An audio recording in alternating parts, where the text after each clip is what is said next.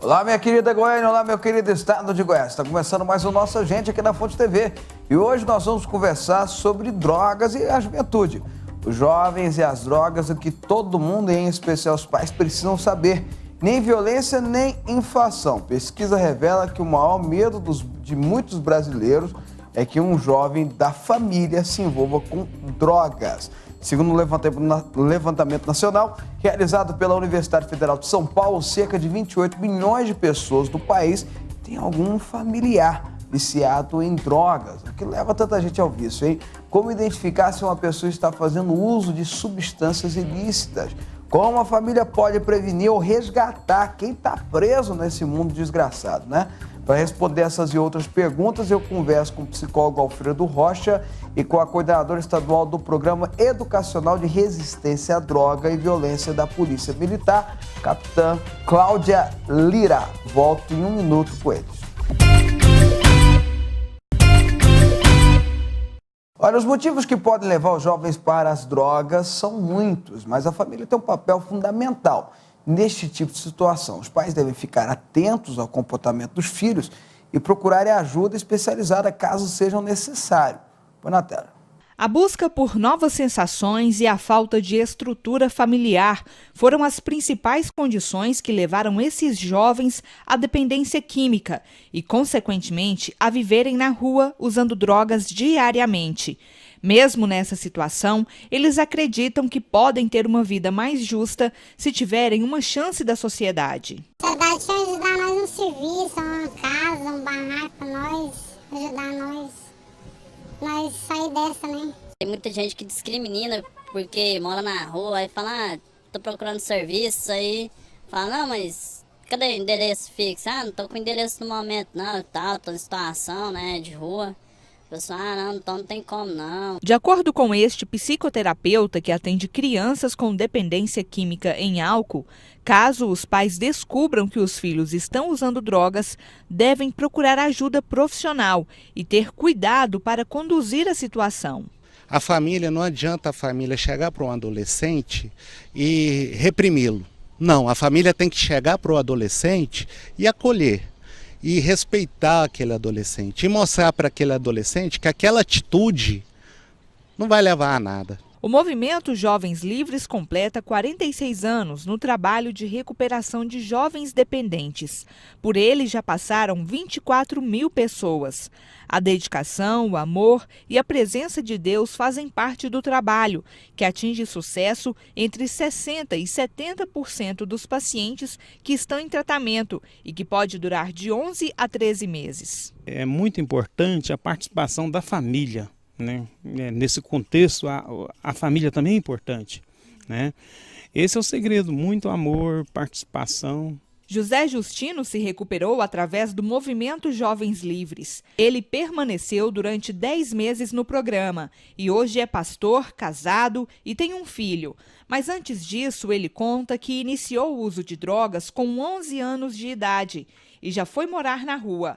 Ele chegou ao fundo do poço, sem autoestima e nenhuma expectativa de sair do vício. Comecei a fazer pequenos furtos em casa, família, amigos, até portas de emprego se fecharam. Então, acabou tudo para mim.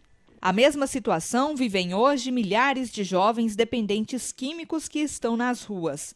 Esta menor, de 13 anos, é um deles. Ela conta que usa e revende drogas nas ruas do centro de Goiânia.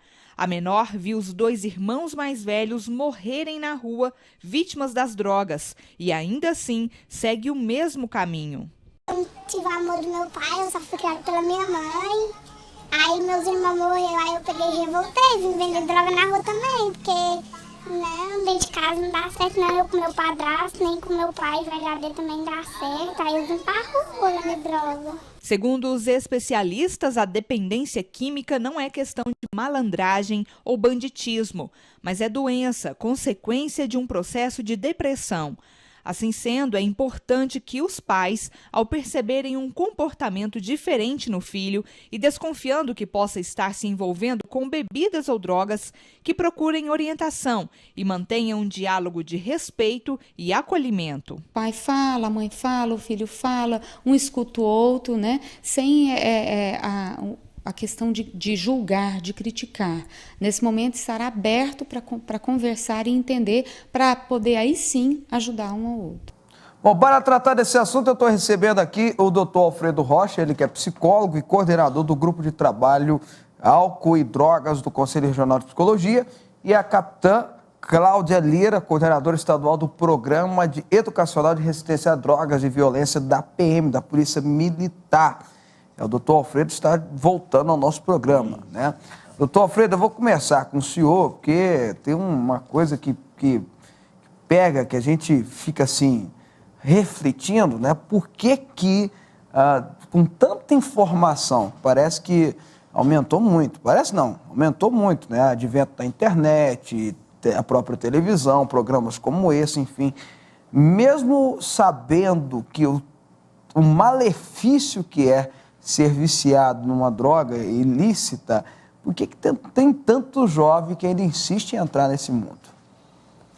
Essa é uma pergunta bastante complexa, né? Primeiramente, boa noite aos telespectadores, é um prazer estar aqui novamente, falar sobre esse tema. Acho que toda oportunidade que a gente tem para falar sobre drogas é importante, principalmente dividindo aqui com a Polícia Militar através do PROERD. Mas quando o senhor se refere a essa questão de informação, nós temos que pontuar que nós temos informações de várias fontes, né? Inclusive as informações técnicas que falam sobre a questão dos malefícios da droga, mas nós temos uma série de informações também que incentivam o uso de drogas. Pode parecer um discurso meio radical que a gente faz, mas, por exemplo, a legislação que regulamenta a proibição ou que regulamenta a publicidade de bebidas alcoólicas e cigarro, ela é muito permissiva em relação a isso. Hoje a gente está vendo, por exemplo, bebida alcoólica associada, por exemplo, a eventos esportivos, a seleção brasileira, por exemplo, de futebol. Se a seleção brasileira de futebol, que é hoje uma coisa mais importante que nós temos hoje no Brasil... Ainda mais nesse ano. Ainda mais nesse ano. E ela está associada com bebida alcoólica, então significa o quê? Que bebida alcoólica é bom. Então não vai ser depois uma palestra, uma informação técnica que vai fazer isso. Então esses são os problemas. As informações existem, mas vêm de várias fontes, várias formas, e muitas vezes de uma forma muito truncada e mal explicitada para o adolescente, para o jovem principalmente, que é mais suscetível a tudo isso. E uma outra coisa também importante de frisar é que a dependência química é uma doença que tem 3 características principais. A primeira delas é que é uma doença que não tem cura, e eu acho que isso tem que ficar muito claro. Dependência química, depois de instalada, ela tem controle, mas não tem cura. Isso, quem prega isso é a Organização Mundial de Saúde. A segunda coisa que é importante a gente saber sobre essa patologia é que ela é uma doença degenerativa, ou seja, a tendência dela é cada vez destruir mais o indivíduo.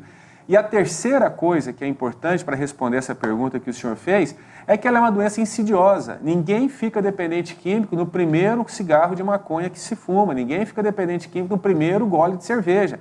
Isso existe um processo para se instalar a dependência química, adicção ou vício. Mas por que a moçada começa, então? O senhor está falando assim que não é a primeira tragada que faz a pessoa ficar viciada. Não. Mas o que leva ela a querer dar essa tragada? Várias coisas. O incentivo, a própria rebeldia para a questão da experimentação. A adolescência, por exemplo, é uma fase de experimentação, de formação de identidade.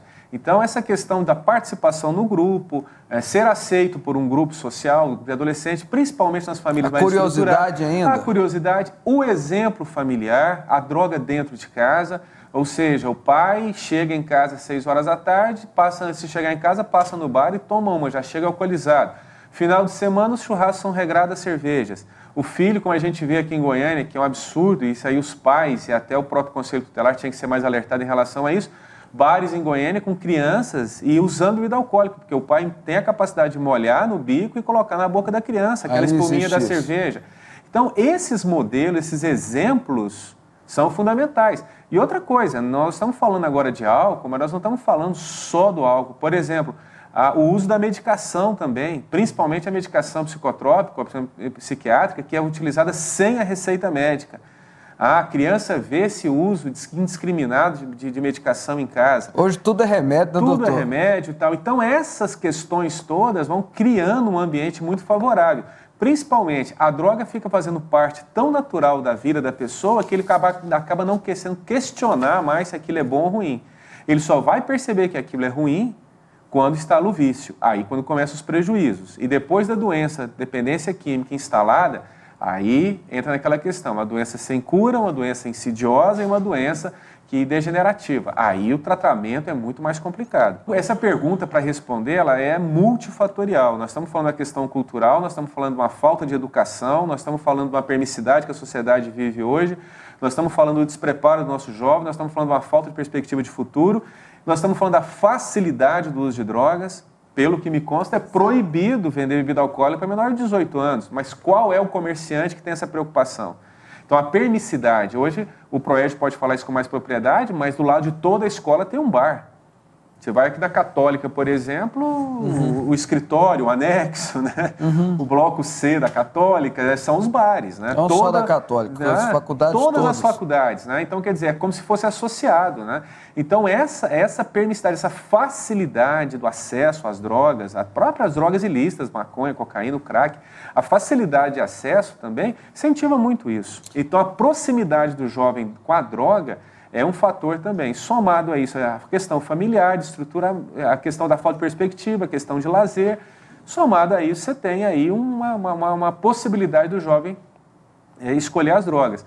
E convém dizer também, deputado, só para fechar isso aqui, que os jovens não escolhem só as drogas. Existe uma parcela dos jovens que outros escolhem, por exemplo, o teatro, a música, o esporte, os próprios grupos religiosos, os grupos comunitários, etc. Mas existe uma parcela da população que, infelizmente, hoje, dos jovens, que acabam descobrindo a droga como uma coisa que se torna, num primeiro momento, positivo nas suas vidas. Bom, né? Então, daqui a pouco eu vou trazer a capitã para a nossa discussão também, mas pelo que o senhor está me informando aqui, trazendo para a gente, deixa eu ver se eu consigo formular um entendimento aqui. A moçada geralmente entra nas drogas porque quer fazer parte de algo que lhe traga prazer, que traga alguma coisa na vida dela.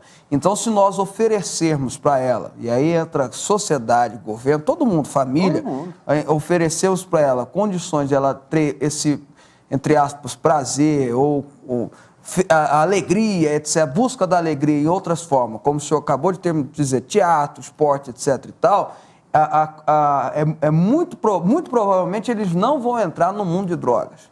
Muito provavelmente vai diminuir muito a incidência disso e o impacto disso tem na vida da Porque vai sobrar só aquele que quer mexer com droga mesmo. E aí, essa pessoa, o indivíduo que vai usar droga, ele vai existir.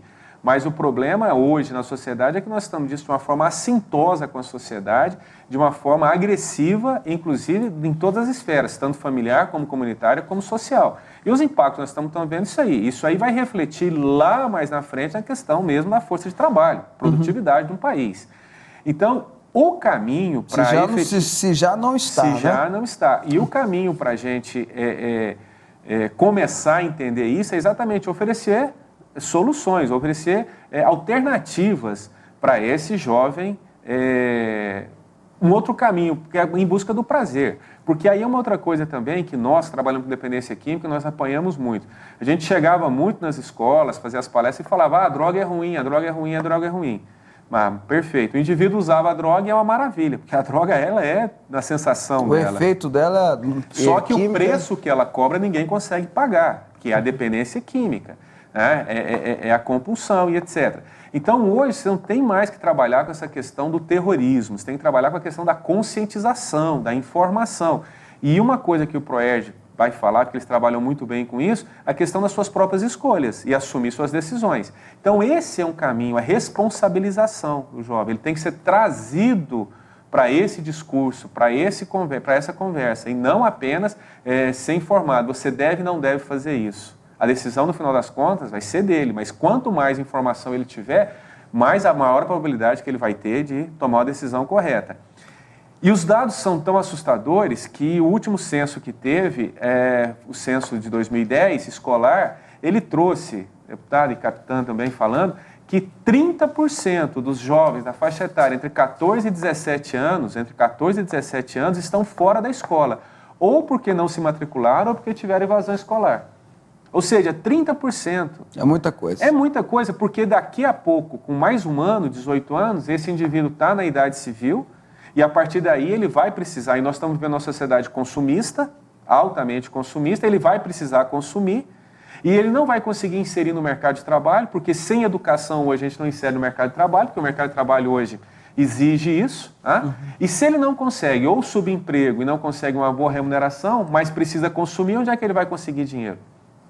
Aí esse é o grande problema. Essa aí vem a questão da criminalidade. Então, eu não quero ser aqui alarmista, mas eu acredito que... Mas é alarmista isso mesmo, não tem outra expressão. Eu acredito que se a gente começar agora, a gente vai começar a colher fruto daqui uns 10, 15 anos. E nós já temos uma geração aí, digamos assim, pronta para assumir essa criminalidade.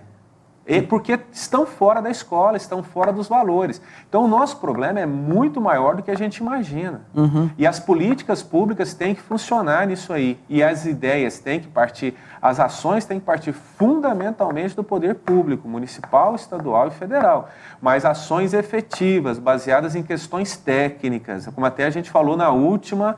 E não nessa questão política, nessa questão de jogar para a torcida. Nós temos que parar o marketing eleitoral. Nós temos que parar com isso, porque esse problema é um problema sério que compromete a sociedade em curto, médio e longo prazo. Por isso é que as ações têm que ser baseadas em questões técnicas, e não ideológicas e não em marketing políticos. Ok, trazendo a capitã Cláudia Lira para a nossa discussão, até porque, pegando um gancho do que o doutor Alfredo estava dizendo aqui agora, no final das contas, vai sobrar para a polícia, querendo ou não. E aí, o que a gente pode fazer para melhorar, ou melhor dizendo, pelo menos diminuir a intensidade do trabalho da polícia? O que a polícia tem feito com isso?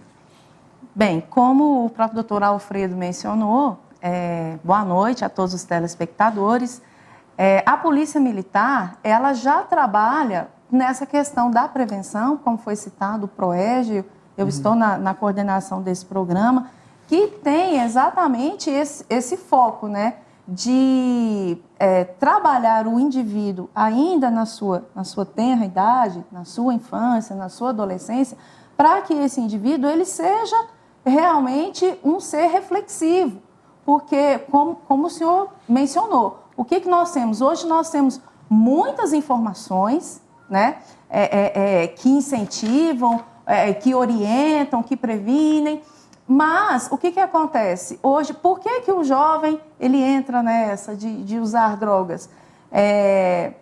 Ele não está refletindo nisso tudo, ele não está também percebendo, olha, eu tenho essa e essa informação, o que eu vou fazer com essa informação? Né? Então, esse é um aspecto também importante de ser observado, que não adianta ter a informação, mas não saber o que fazer com essa informação. Então, é esse ponto em que o PROERG trabalha muito, que é exatamente exercitar o modelo de tomada de decisão. Diante de tudo isso que se apresenta, olha, diante dessa oferta, diante de toda essa permissividade, que decisão você deve tomar? Então, é um dos pontos que devem ser observados. E esse trabalho, esse valor, né, que deve ser resgatado, é algo que tem que ser trabalhado no início ali. Então, na infância, a criança ela tem que começar a perceber, lá na sua tenra idade, que ela tem responsabilidades, que ela tem consequências da decisão que ela toma. Né? Então, colocar ela como parte do processo. Então, não adianta só, eu estou oferecendo a informação, sim, mas o que esse adolescente, o que esse jovem vai fazer com essa informação? Por quê? Porque ele quer ter prazer, ele quer ser feliz. Então, foi colocado aqui. Ele busca na droga esse preenchimento desse vazio. Por quê? Porque ele não está observando as alternativas que tem. Mas, capitão, deixa eu tentar formular uma pergunta aqui. Eu vou afirmar, se eu estiver errado, pode me corrigir, mas que é uma afirmação que eu acho que eu nem tenho medo de errar nisso aí. 70% ou mais dos crimes hoje, da criminalidade hoje, tem a ver com drogas. Ou tráfico de drogas, ou usuário, etc. e tal, que entrou, enfim. Com tantas essas informações, e não seria necessário, desculpa, vou até mudar aqui, não seria necessário passar para a moçada, dentro desse negócio de causa e consequência. Olha, gente, vocês forem usuários de drogas, vocês estarão financiando crimes que vocês nem imaginam. Vai de estupro a assassinato, enfim, é tudo. Porque, querendo ou não, o tráfico ganha dinheiro é porque tem gente para comprar. Não é isso? É verdade. Falta essa informação para a moçada? Essa informação, o PROERJ tem buscado informar o adolescente sobre isso. Então, assim, nós passamos essa informação. É colocado para ele exatamente. O PROERJ trabalha em escola particular também ou só em escola pública? Nós trabalhamos com todas as escolas que nos procuram para serem atendidas. Então, nós temos a escola da rede pública e também da rede particular. Ok. Agora, dentro dessa perspectiva de estar financiando o crime, a gente tem que falar dessa questão do contexto familiar. Mas a gente tem que trazer a responsabilidade do pai, por exemplo. O pai que compra um CD pirata. Ótimo. Ele está financiando um crime. Ótimo. O pai que vai lá e faz um gato na TV a cabo. E o filho está vendo isso. E aí ele chega para o filho e fala, tá vendo, filho? Seu tio paga lá X reais por mês TV a cabo, o papai não paga nada, tá vendo? É a e questão o filho de levar vantagem, exatamente. Então, da esperteza, eu tenho que levar vantagem. Então, esses são os valores que hoje são pregados. Então, dentro dessa perspectiva, olha, eu tenho que me preocupar comigo. Então, esse é um ponto importante. Eu vou me preocupar comigo, o que interessa sou eu. O meu próximo, quem está ao meu lado, pouco importa. Então, um dos pontos em que a gente percebe essa questão, olha, quem está usando drogas, será que não está percebendo que ele está financiando o tráfico, que ele está financiando toda essa violência, toda essa criminalidade? Mas, infelizmente, hoje o que a gente percebe é esse individualismo. Então, as pessoas, elas estão muito preocupadas com o seu umbigo, né? Eu tenho que levar vantagem em tudo, eu tenho que estar bem. O outro... Falta compreensão de que nós vamos nos encontrar lá na frente. Eu entrevistei aqui uma psicóloga aqui no último programa que nós gravamos sobre criança, e ela falava exatamente isso. A gente não cuida da criança do vizinho, a gente só cuida da nossa e esquece que a criança do vizinho, lá na fase adulta, vai encontrar com o nosso filho. Exatamente. Se a gente não começar a se preocupar com tudo que está acontecendo em volta, e não só com a gente, vai se encontrar, vai ser quem vai matar o ente querido nosso no futuro. Então, essa reflexão está certa, né, capitão?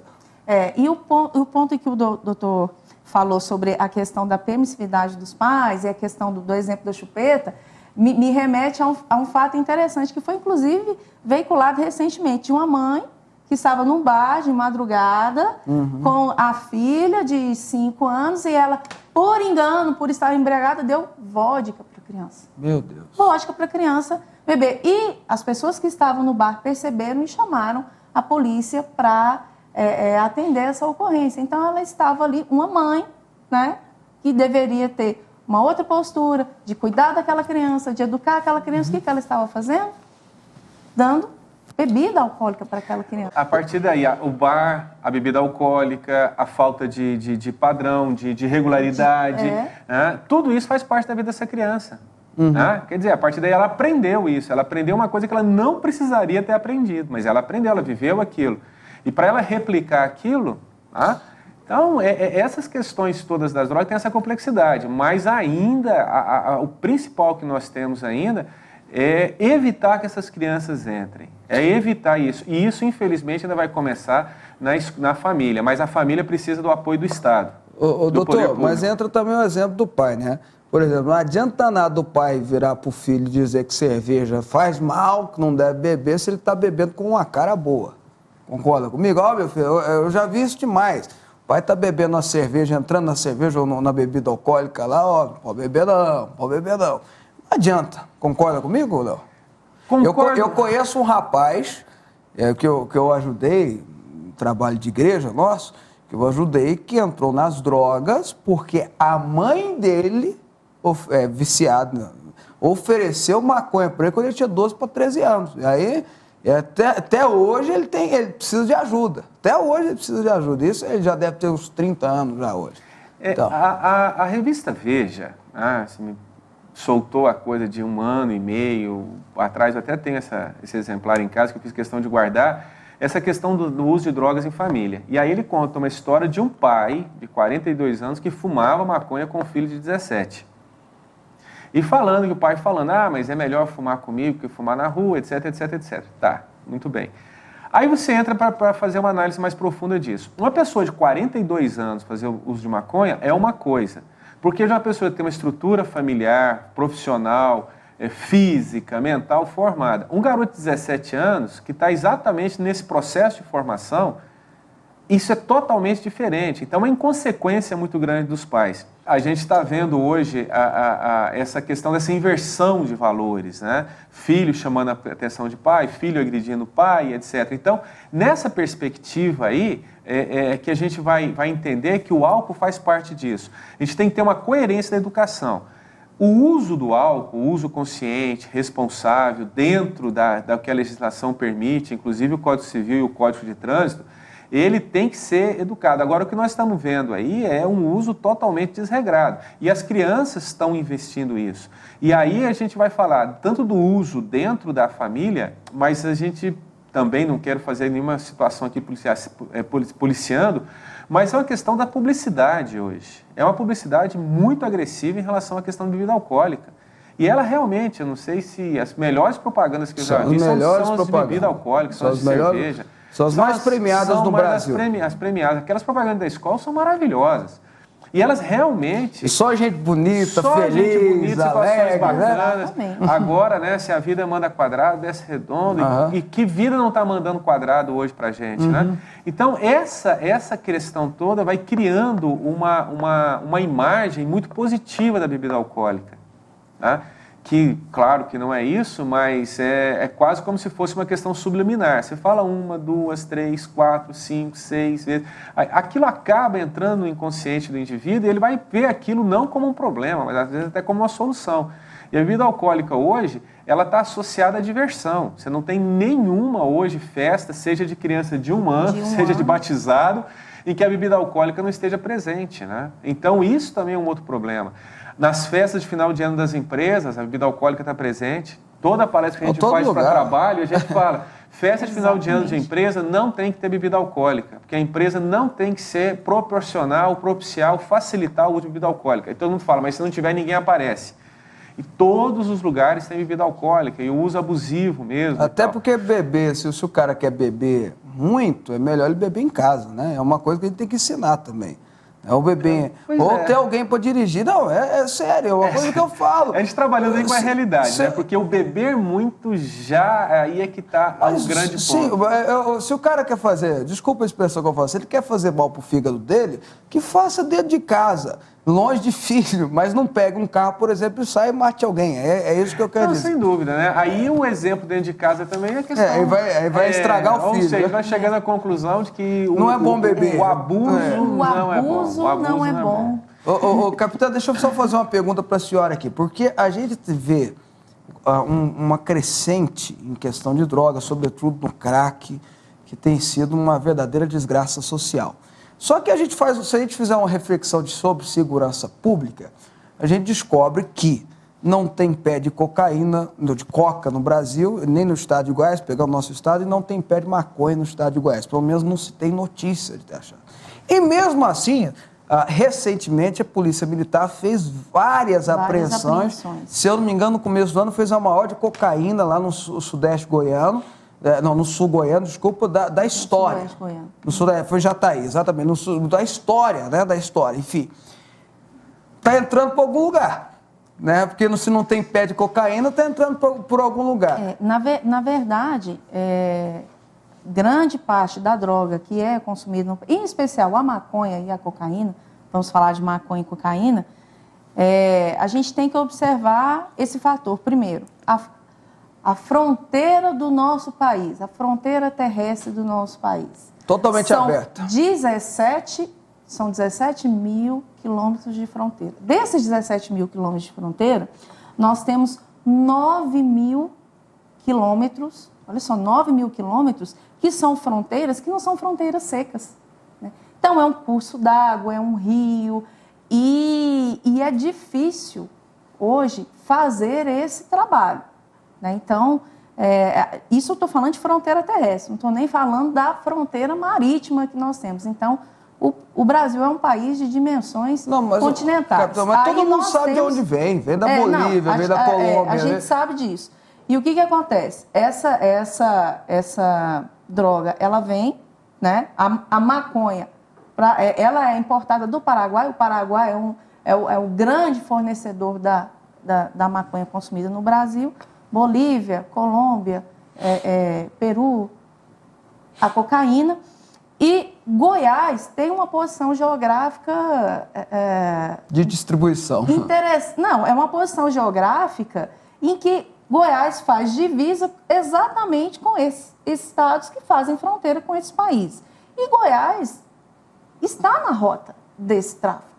E, inclusive, nós temos, pela Polícia Militar, completou esse ano 2 anos, o Comando de Operações de Divisa, que foi criado exatamente para trabalhar na repressão a essa entrada de drogas.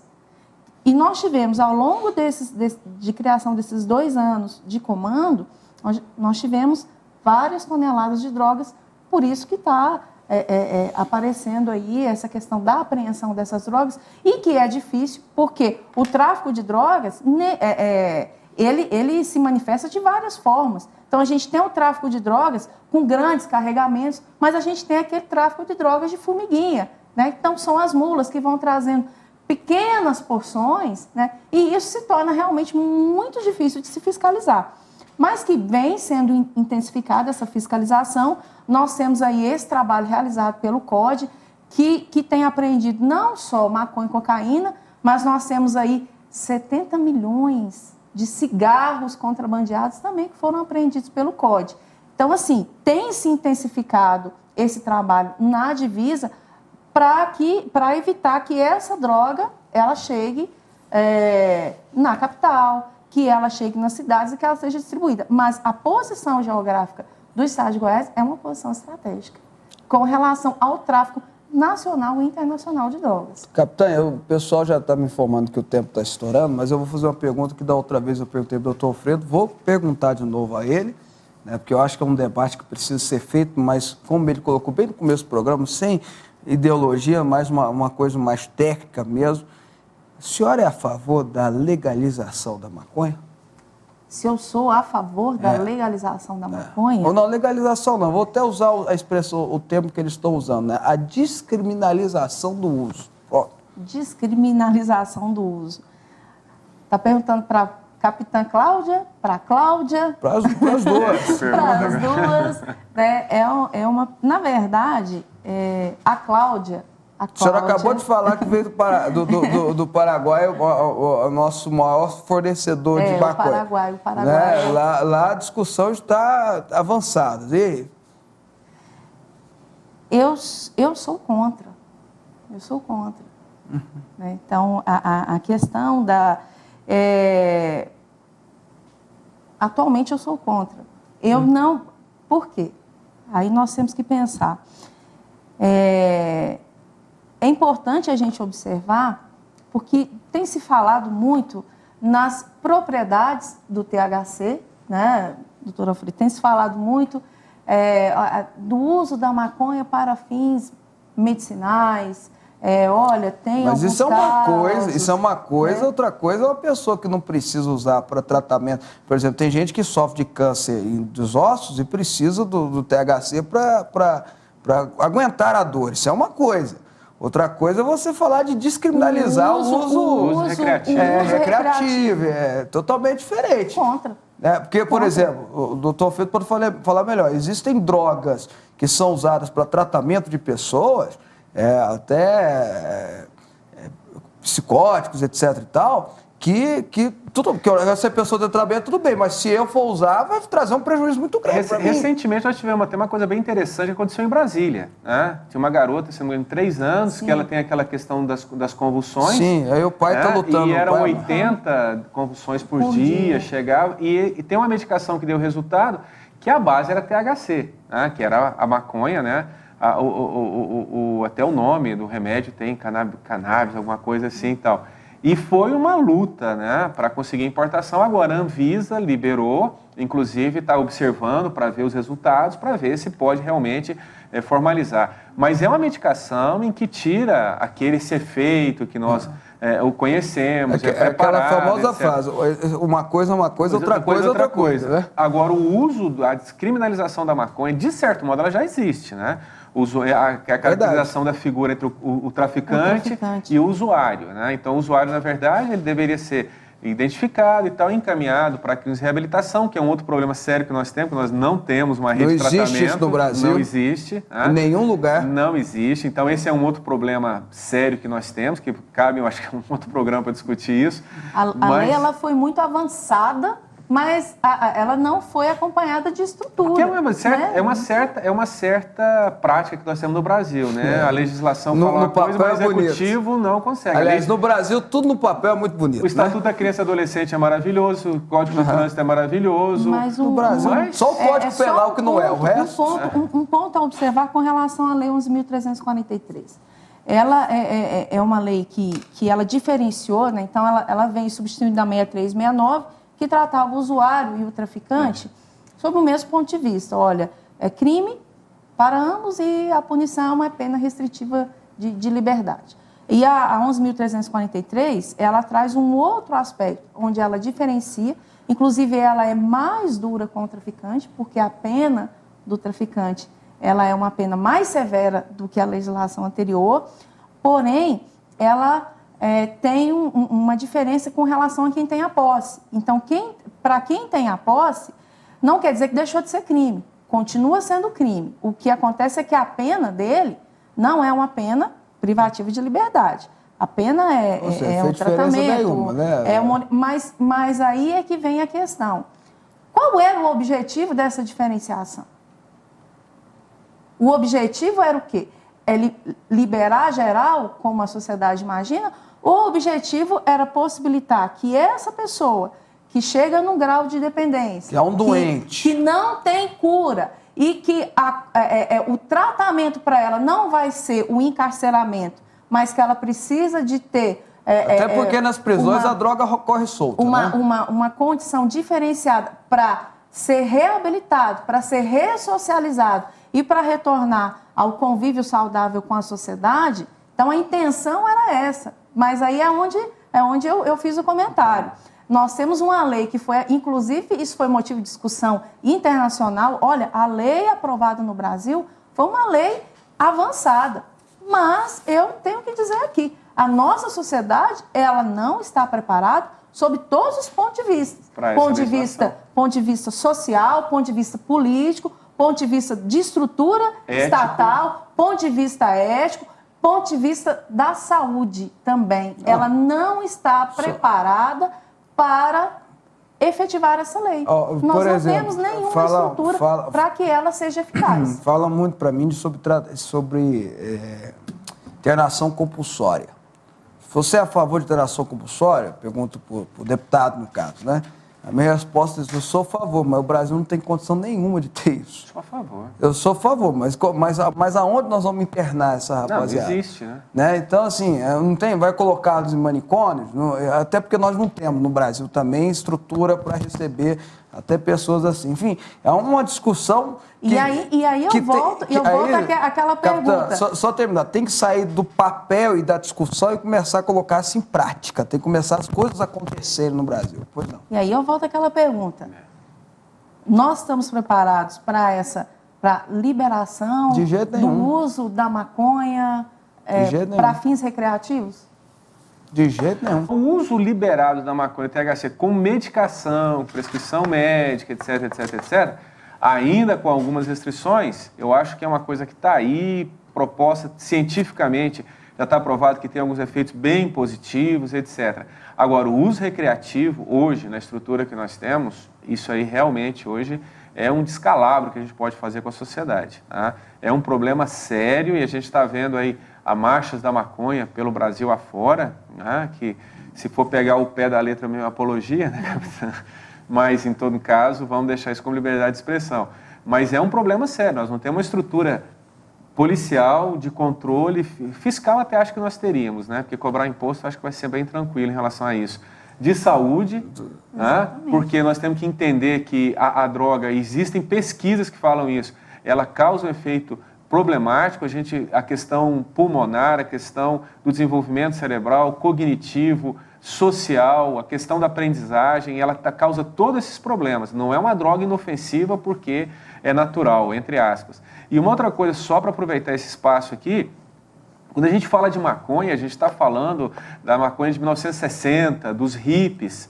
E essa maconha que os hippies usavam, ela tinha em torno de 4% de THC, que é o princípio ativo da maconha. As maconhas estão sendo apreendidas hoje, chegam a 18% a 22% de THC. São plantas modificadas geneticamente e que tem o grau... que é a super maconha. Exatamente. Então, não tem mais essa questão da maconha inofensiva. E outra coisa também que é importante... Tem negócio de paz e amor, mas não tem. Infelizmente, acabou essa questão do paz e amor. E outra coisa também é que, nesse processo da maconha, a gente não sabe o que tem ali dentro. Do que é composto aquilo ali. Então, é um problema sério, um problema de saúde pública mesmo, e essas ideias da liberação da maconha, etc, etc, etc, tem que ser estudado com muito mais tranquilidade, porque isso é um problema muito sério. Inclusive, a Holanda agora trouxe, né, a restrição somente para... Está voltando atrás, Holanda, que era o grande expoente, está voltando atrás. E hoje eles só autorizam o uso da maconha lá para quem é morador, pro holandês. Os turistas que iam para lá para fumar e etc., hoje, fazer uso, melhor dizendo, hoje está sendo proibido, é só para o cidadão holandês. Então, são situações que a gente tem que começar a discutir, quer dizer, começar não, porque já começou, mas discutir e volta a insistir nisso, de uma forma muito mais técnica do que ideológica. Ok. Eu só pegando esse finalzinho aqui, já vou acabar o programa, vocês podem ficar tranquilos, mas é até engraçado, né? Achar que traficante vai dar nota, né? A gente tá aqui a nota, até engraçado isso. Bom, quero agradecer aqui o doutor Alfredo Rocha, ele que é psicólogo, coordenador do Grupo de Trabalho de Álcool e Drogas do Conselho Regional de Psicologia. Obrigado, doutor Alfredo, mais uma vez atendendo o nosso convite. Eu agradeço também, sempre que for convidado, vamos participar, porque esse tema tem que ser muito discutido e sempre discutido na nossa sociedade. Ok, agradeço também a capitã Cláudia Lira, ela que é coordenadora estadual do Programa Educacional à Resistência à Droga e Violência da Polícia Militar, e eu já a convido a fazer parte de um debate que eu tento levantar há um certo tempo na Assembleia Legislativa. Eu vou continuar, pelo menos esse é meu último ano lá na Assembleia, pretendo sair de lá tendo como obrigatório que o PROED seja ensinado em todas as escolas, não seja apenas convidativo, mas obrigatório, porque eu acho que é uma discussão que seria interessante. Obrigado pela participação. Nós agradecemos a oportunidade e nos colocamos à disposição. Ok. E eu vou ficando por aqui, lembrando sempre que todo tipo de prevenção de qualquer malefício, qualquer maldade, começa dentro de casa. Não esquece isso não, tá bom? Deus abençoe e até amanhã.